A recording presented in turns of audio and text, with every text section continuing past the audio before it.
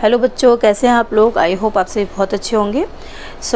आइए आज के इस वीडियो में हम कुछ वर्बल एनालॉजी करते हैं। वर्बल एनालॉजी बहुत ही इंपॉर्टेंट है। ये आपके इंग्लिश ग्रामर का एक बहुत इंपॉर्टेंट पार्ट है जो कि एग्ज़ाम में इसके एक या दो क्वेश्चन ज़रूर आते हैं। हम यहाँ कोशिश करेंगे कि हम समझ सकें कि वर्बल एनालॉजी को कैसे सॉल्व किया जाता है और सही आंसर किस तरह से ढूंढा जाता है। जैसे कि हमें पता है कि वर्बल एनालॉजी क्या होता है, एक रिलेशनशिप बताता है, ठीक है। किन्हीं दो वर्ड्स के बीच में सिमिलैरिटी बताता है कि वो किस तरीके से एक दूसरे से रिलेटेड है या कनेक्टेड है, ठीक है।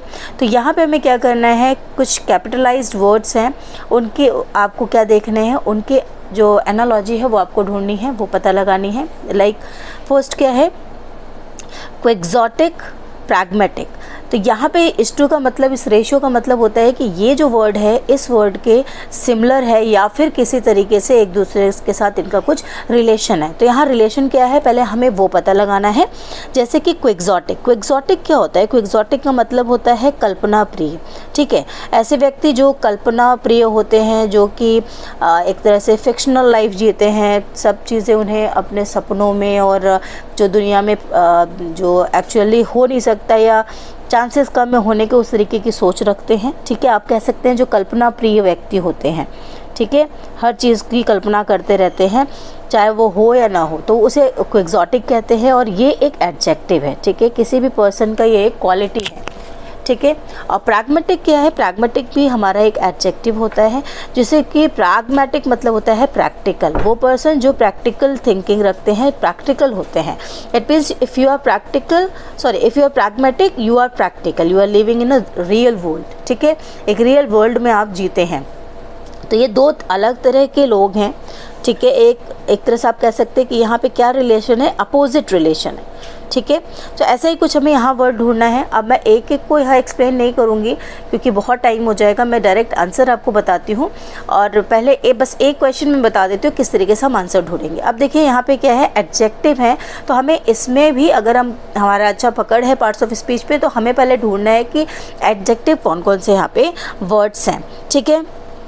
तो यहाँ पे अगर हम देखें तो दोनों जो एडजेक्टिव वर्ड होते हैं, सडन जो है वो एडजेक्टिव नहीं है, अर्जेंट भी एडजेक्टिव नहीं है, precise, compact, sad, quite sad और क्वाइट है आपका एडजेक्टिव। तो यहाँ पे ये हमें मिलते हैं जो कि एडजेक्टिव्स हैं, ठीक है। और थ्योरेटिकल एंड प्रैक्टिकल, अपोजिट क्या है, सैड और क्वाइट अपोजिट नहीं है। अपोजिट हमें थ्योरेटिकल एंड प्रैक्टिकल मिलता है ना, थ्योरी और उसी चीज़ को प्रैक्टिकली करना, वो प्रैक्टिकली दो अपोजिट वर्ड है। तो यहाँ पे हमें दो ऐसे वर्ड मिलते हैं जो कि एडजेक्टिव भी हैं, और अगर आप इनका रिलेशन देखें तो रिलेशन भी क्या है, अपोजिट रिलेशन है, और इनकी मीनिंग भी कुछ वैसे ही जाती है कि जो क्विक्सोटिक होते हैं और जो थ्योरेटिकल होते हैं वो लिखी हुई चीज़ों पे या फिर कल्पना वाली चीज़ों पे ज़्यादा सोचते हैं, ठीक है। और प्रैग्मेटिक हो गए जो लोग प्रैक्टिकल होते हैं, ठीक है। तो इस तरीके से हम ढूंढ सकते हैं। सबसे पहले हम पार्ट्स ऑफ स्पीच ढूंढ लेंगे कि कौन से हैं, उसके बाद उसकी मीनिंग को देख लेंगे कि मीनिंग सेट हो रही है कि नहीं, और उसके बाद रिलेशन देख लेंगे कि उन दोनों का रिलेशन क्या है। वही रिलेशन होना चाहिए जो ऊपर में आपको क्वेश्चन में दिए हुए हैं, ठीक है। नेक्स्ट क्वेश्चन आते हैं, एंथ्रोपोलॉजी एंड पोएम्स, ठीक है। एंथ्रोपोलॉजी और पोएम्स का रिलेशन यहाँ पे क्या है, देखिए एंथ्रोपोलॉजी जो होता है कलेक्शन ऑफ पोएम्स होता है, ठीक है। पोएम्स के कलेक्शन को एंथ्रोपोलॉजी कहते हैं। उसी तरीके से देखिए थीम्स के कलेक्शन को नॉवेल कहेंगे क्या, नहीं। इंस्ट्रूमेंट्स के कलेक्शन को म्यूज़िक कहेंगे क्या, नहीं। लेसन्स के कलेक्शन को बुक कहेंगे क्या, नहीं। ग्रुप्स के कलेक्शन को सोसाइटी कहेंगे क्या, यस। तो ग्रुप जो होते हैं, जो लोग होते हैं, यहाँ ग्रुप का मतलब है पीपल, जो पीपल होते हैं उनके कलेक्शन को हम सोसाइटी कहते हैं। तो ये हमारे यहाँ पे करेक्ट आंसर हो जाएगा, ठीक है। बुक के कलेक्शन को आप ये भी कह सकते हैं कि भाई लेसन्स होते हैं, लेसन्स के अंदर बुक्स होते हैं, लेकिन नहीं, ऐसा नहीं है, क्योंकि ज़रूरी नहीं है कि हर बुक के अंदर लेसन्स ही हो। यहाँ सिर्फ बुक की बात हो रही है, तो बुक में कई सारी चीज़ें होती हैं। कई बार होता है कि एक ही मतलब पूरी बुक में एक ही स्टोरी को डिफ़ाइन किया गया है, या किसी एक ही टॉपिक के बारे में बात की गई है, किसी एक ही पर्सन के बारे में पूरी उसमें लाइफ हिस्ट्री है, लेसन्स नहीं है। तो ये ज़रूरी नहीं है कि हर बुक में आपको लेसन ही मिले, ठीक है। तो ये करेक्ट है कि पीपल जो है, ग्रुप ऑफ पीपल को हम सोसाइटी कहते हैं, जैसे कि हमें ग्रुप ऑफ पोएम्स को एंथोलॉजी कहते हैं, ठीक है। तो इस तरीके से हमें मीनिंग से समझना है और रिलेशन उनके बीच में समझना है, तो हमें बहुत ही ईजिली आंसर मिल जाएगा। क्लियर। नेक्स्ट देखते हैं, ऑमलेट एग्स। अब आपको पता है कि एग से क्या बनता है, ऑमलेट बनता है, ठीक है। मिल्क से बटर बनता है, यस मिल्क से बटर बनता है, ये करेक्ट हो सकता है। एग से केक बनता है, यस एग से केक बनता है, लेकिन केक में डायरेक्ट एग से केक नहीं बनता है, इसमें और भी चीज़ों की ज़रूरत होती है, सिर्फ केक इससे नहीं बन सकता है।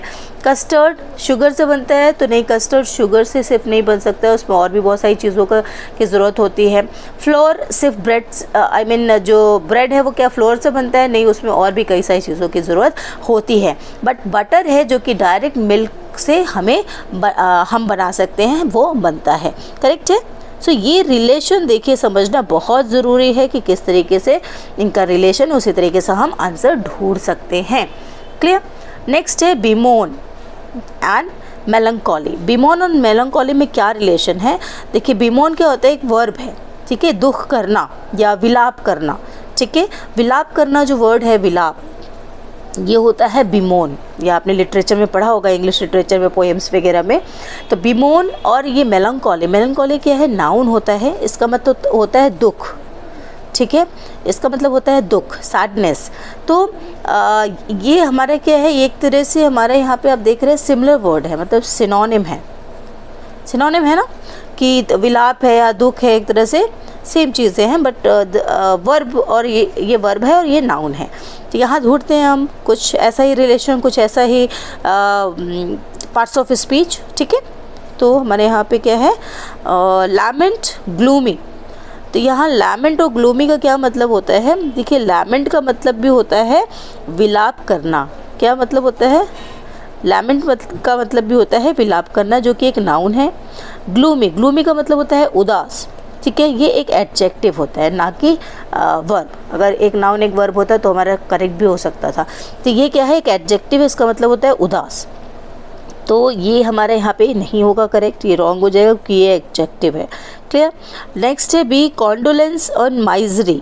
तो कॉन्डोलेंस जो है वो होता है आपका शोक, ये भी एक नाउन है। माइजरी भी नाउन है, कष्ट, ठीक है। तो ये दोनों भी नहीं हो सकते हैं। नेक्स्ट है मौन एंड सैडनेस। मौन होता है कि जब हम किसी को याद करके दुखी होते हैं, याद करना, किसी को विलाप करना उसके लिए, तो ये भी हमारा मौन जो है वर्ब हो जाता है। सैडनेस मतलब दुख होता है, ठीक है, तो ये हमारा नाउन है। तो यहाँ हमें वर्ब और नाउन मिल रहा है और मीनिंग भी दोनों की सेम आ रही है और सिनोनिम ही यहाँ पे रिलेशन शो कर रहा है, तो ये हमारा करेक्ट आंसर हो जाएगा। क्राई, क्राई मतलब रोना होता है, तो रोना और वैसे तो कोई यहाँ पे बता नहीं रहा है, ठीक है, फिर भी ये वर्ब हो जाएगा। पैथेटिक, ये यहाँ पे ये आंसर दयनीय, ये एडजेक्टिव हो जाएगा, तो ये रिलेशन भी नहीं है। सो करेक्ट हम आंसर हमारा क्या है, मौन एंड सैडनेस। तो देखिए अगर हमें इसकी मीनिंग नहीं पता है तो हम पार्ट्स ऑफ स्पीच से रिलेशन पता कर सकते हैं, इन दोनों का सिनोनिम है ये पता करके हम ढूंढ सकते हैं। तीसरा, अगर हमें मीनिंग पता है तो वेल एंड गुड है, उसमें हमें मीनिंग से भी हम यहाँ पता कर सकते हैं, ठीक है। आगे देखते हैं। सो अब यहाँ पे अगर देखिए fifth question, businessman is to employ. अब देखिए बिजनेसमैन एक अलग जॉब होती है, एक अलग तरह का ऑक्यूपेशन है, एम्प्लॉय एक अलग तरह का ऑक्यूपेशन है ना। तो बिजनेसमैन जो है उसका क्या होता है, उसका मेन मोटिव क्या होता है, वो प्रॉफिट लेना होता है। क्या होता है, प्रॉफिट लेना होता है ना। एम्प्लॉय क्या करता है, एम्प्लॉय जो होता है बेचारा, जो वेजेस मिलते हैं या जो सैलरी मिलती है वही उसको मिलती है ना। बिजनेसमैन का क्या है, जितना उसने पैसा लगाया है उसके ऊपर जो उसको पैसा मिलेगा वही उसका प्रॉफिट है, उसी से उसका काम चलेगा। और एम्प्लॉय को क्या मिलता है, महीने भर काम करता है, उसको वेजेस एंड सैलरी मिलती है, ठीक है। तो यहाँ पे हमें ये देखना है कि क्या मैच करेगा इसके साथ, प्लेजर, एमेच्योर।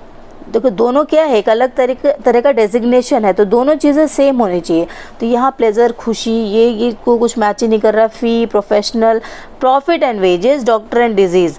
तो डॉक्टर और डिजीज़ तो एक तरह से सिमिलर चीज़ हो गया ना, डिजीज़ का इलाज डॉक्टर करता है। फ़ी जो है प्रोफेशनल, ये भी नहीं है, ये भी नहीं है। आपका यहाँ प्रॉफिट एंड वेजेस मैच करेगा, क्योंकि प्रॉफिट बिजनेसमैन कमाता है, एम्प्लॉय वेजेस कमाता है ना। तो यहाँ पे करेक्ट रिलेशन क्या हो जाएगा, प्रॉफिट एंड वेजेस। नेक्स्ट है वैग्रेंट, सेटल्ड, जेनिथ। देखिए इस टाइप से भी आपको आता है क्वेश्चन और इस टाइप से भी आ सकता है कि यहाँ पे एक पेयर दे रखा है और यहाँ के एक पेयर का आपको नेक्स्ट पार्ट पूछ रहा है, ठीक है। तो यहाँ वैग्रेंट, वैग्रेंट मतलब क्या होता है, वैग्रेंट का मतलब होता है कि जैसे कोई भी चीज़ जो होती है, जो कि बिखरी हुई हो, सेटल्ड ना हो, ठीक है। और यहाँ पे क्या है, सेटल मतलब व्यवस्थित हो। तो यहाँ आपको रिलेशन क्या दिख रहा है, अपोजिट रिलेशन दिख रहा है। क्या रिलेशन दिख रहा है हमें, अपोजिट रिलेशन दिख रहा है दोनों के बीच में। यहाँ क्या है, जेनिथ, जेनिथ मतलब होता है टॉप मोस्ट, मतलब सबसे ऊंची चीज़, ठीक है। तो इसका उल्टा क्या हो जाएगा, सबसे नीचे चीज़ है ना, बॉटम हो या बेस हो, इस तरीके का कुछ यहाँ पे आना चाहिए, क्योंकि हमें अपोजिट देना है। तो अब ढूंढ लेते हैं बेस। देखो बेस हमें पहले ही मिल जा रहा है, बेस करेक्ट आंसर है। टॉप मोस्ट तो इसका सिनोनिम हो जाएगा, जेस, सुप्रीम, ये सब इसका सिनोनिम हो जाएगा। तो यहाँ पे करेक्ट आंसर हमारा क्या है, हमें एंटोनिम ढूंढना है, अपोजिट रिलेशन ढूंढना है, तो base is the correct answer, ठीक है। नेक्स्ट देखते हैं, बोन्स ऑर्थोपेडिस्ट। ऑर्थोपेडिस्ट आप जानते हैं कि जब बोन्स की कुछ प्रॉब्लम होती है तो हम किसको दिखाते हैं, ऑर्थोपेडिस्ट को दिखाते हैं, ठीक है। तो बोन्स का ट्रीटमेंट कौन करता है, ऑर्थोपेडिस्ट करता है। तो ये दोनों ही नाउन भी है यहाँ पे, ठीक है। तो अब देख लेते हैं कुछ ऐसा relation, paper educational, paper educational में यूज़ होता है, या पेपर कुछ एजुकेशनल, देखते हैं एक बार। और लाइकिंग्स लवली, लाइकिंग्स लवली तो एक जैसा ही वर्ड हो गया, कुछ नहीं है ये। Pen author, author pen, pen से कोई रिलेशन नहीं है। शूज़ कॉबलर, अच्छा ये ठीक है, शूज़ जो है कॉबलर बनाता है। यहाँ पे हमें करेक्ट आंसर मिल रहा है, शूज़ जो है कॉबलर बनाता है या कॉबलर उसे ठीक करता है। यहाँ पेपर एजुकेशनल कुछ ठीक करता है, ऐसा कोई मीनिंग नहीं आ रहा है ना, तो ये हमारा सही नहीं है। करेक्ट आंसर हमारा, एग्जैक्ट आंसर हमें जो मिल रहा है वो मिल रहा है शूज़ एंड कॉबलर, ठीक है। नेक्स्ट देख लेते हैं, गैसोलीन पेट्रोल। गैसोलीन पेट्रोल क्या है, गैसोलीन जो है एक अनदर नेम है पेट्रोल का। पेट्रोल को हम गैसोलीन भी कहते हैं, पेट्रोल से ही हमारा गैसोलीन बनता है, ठीक है। तो इसी तरीके से देखना है कि हमें सिनोनिम या फिर एक जो चीज़ है उससे दूसरी चीज़ कोई बनी हुई हो, या उसी तरह का कोई नाम हो जो उसी के लिए यूज़ किया जाता है, इस तरह का कुछ रिलेशन है यहाँ पे। तो व्हीकल को इंजन कहा जाता है, ऐसा तो कुछ नहीं है ना। वाइन को डिस्टिलेशन कहते हैं, नहीं ऐसा कुछ नहीं है। मीडियम को मैग्नम कहते हैं, नहीं ऐसा कुछ नहीं है ना। तो एलिवेटर को लिफ्ट कहते हैं, यस एलिवेटर होता है ना जिससे हम ऊपर जाते हैं, तो एलिवेटर को लिफ्ट कहा जाता है। Elevator is another name for lift, है ना। या एस्केलेटर भी नेम होता है, तो ये आपको ध्यान रखना है। इस तरीके से हम ढूंढते हैं answer. Shower deluge, shower is mild, और माइल्ड मतलब जैसे हल्का हल्का शावर लेते हैं ना, आप नहाते हैं तो ऊपर से पानी हल्का हल्का गिरता है ना धीरे धीरे, और जब बहुत ज़्यादा गिरे डेल्यूज मतलब कोई जैसे कोई बांध, कोई डैम खोल दिया है तो पानी की जो एक तरफ एक बार जो पूरी धार आती है, पूरा जो वेव आता है उसे कहेंगे डेल्यूज, है ना, कि जैसे बाढ़ आ गई है उस टाइप का, बहुत ज़्यादा इट इज़ एक्यूट। तो शावर जो है वो माइल्ड होता है, डेल्यूज जो है एक्यूट होता है। इनका रिलेशन ये है कि ये एक तरह से अपोजिट आप कह सकते हैं, इनका रिलेशन है ना, हल्का और ज़्यादा इस तरह से। तो यहाँ पे क्या है देखिए, इरिटेशन एनॉयंस, हमें तो मुझे लग रहा है यही आंसर है। एंगर डिस्प्लेजर, ये तो आपको एंगर और डिस्प्लेजर तो दोनों एक ही चीज़ है। सरप्राइज जिसमें ये भी नहीं है। इरिटेशन एंड रेज ये भी नहीं है। तो एक मिनट देख लेती हूँ मैं, इरिटेशन एंड रेज, एनॉयंस नहीं, एनॉयंस नहीं होगा, इरिटेशन एंड रेज होगा। रेज मतलब पता है जब वो बहुत ज़्यादा गुस्सा हो जाते हैं। हाँ ये तो यहाँ तो इरिटेशन मतलब हो गया कि चिढ़, और एनॉयंस मतलब भी चिढ़ होता है, तो सेम सिनोनिम है यहाँ पे इरिटेशन और रेज। इरिटेशन मतलब कि जब हमें थोड़ी बेचैनी हो जाती है, थोड़ी चिढ़ हो जाती है, और रेज मतलब जब हद की चिढ़ हो जाती है, जब गुस्सा भी उसमें ऐड हो जाता है तो हमारा वो रेज हो जाता है, ठीक है। तो यहाँ करेक्ट आंसर हो जाएगा आपका डी। सो 10th क्वेश्चन देखते हैं, पियानो मेलोडी। पियानो क्या होता है, पियानो जो बजाने का इंस्ट्रूमेंट होता है, एक म्यूज़िक इंस्ट्रूमेंट है, उसकी जो साउंड है वो कैसे होती है, मेलोडियस होती है, ठीक है। तो यहाँ पे दोनों का रिलेशन ये है कि ये इंस्ट्रूमेंट है उसका साउंड कैसा आता है, मेलोडियस आता है। तो उसी तरीके से हम देख सकते हैं कि फूड जो होता है वो डेलिकेसी मतलब डिलीशियस होता है ना, ये हमें यहाँ पे आंसर डायरेक्ट मिल जा रहा है। डांस क्वायर होता है, ऐसा कुछ नहीं है। इंस्ट्रूमेंटर होता है, तो कहीं नहीं है। ब्लैक बोर्ड चौक होता है, ऐसा कुछ नहीं है, ठीक है। तो हमारा करेक्ट आंसर क्या हो जाएगा, फूड एंड डेलिकेसी का। मैकेनिक स्पैनर, मैकेनिक जो होता है उसका ये टूल्स है, ठीक है, जो ये यूज़ करता है, ठीक है। स्पैनर से वो चीज़ों को ठीक करता है, नापने की चीज़ है जो नहीं, स्पैनर होता है नापते हैं, जैसे ऐसे करके निकलता है, क्या कहते हैं, इंची टेप टाइप, ठीक है। तो मैकेनिक स्पैनर का यूज़ करता है। उसी तरीके से देखते हैं किसका कोई टूल बता रहा है क्या। यहाँ पे देखिए डॉक्टर पल्स से कोई मतलब नहीं। सर्जन स्कैल्पल, हाँ सर्जन का एक इंस्ट्रूमेंट होता है, सॉरी टूल होता है स्कैल्पल, ठीक है, उसे यूज़ करता है अपने ट्रीटमेंट में। ठीक है। नेक्स्ट है बैलेड और स्टैंजा। बैलेड और स्टैंजा का क्या मतलब है? बैलेड जो है इसमें कई सारे स्टैंजास होते हैं, ballad has number of stanzas, ठीक है। और उसी तरीके से यहाँ देखते हैं नॉवल चैप्टर्स। यस, नॉवल जो लिखा जाता है उसमें कई सारे चैप्टर्स होते हैं। नॉवल को कभी भी पूरा एक साथ नहीं लिखते हैं, नॉवल को हमेशा चैप्टर वाइज लिखा जाता है, चैप्टर 1, चैप्टर 2, चैप्टर 3 ऐसे करके।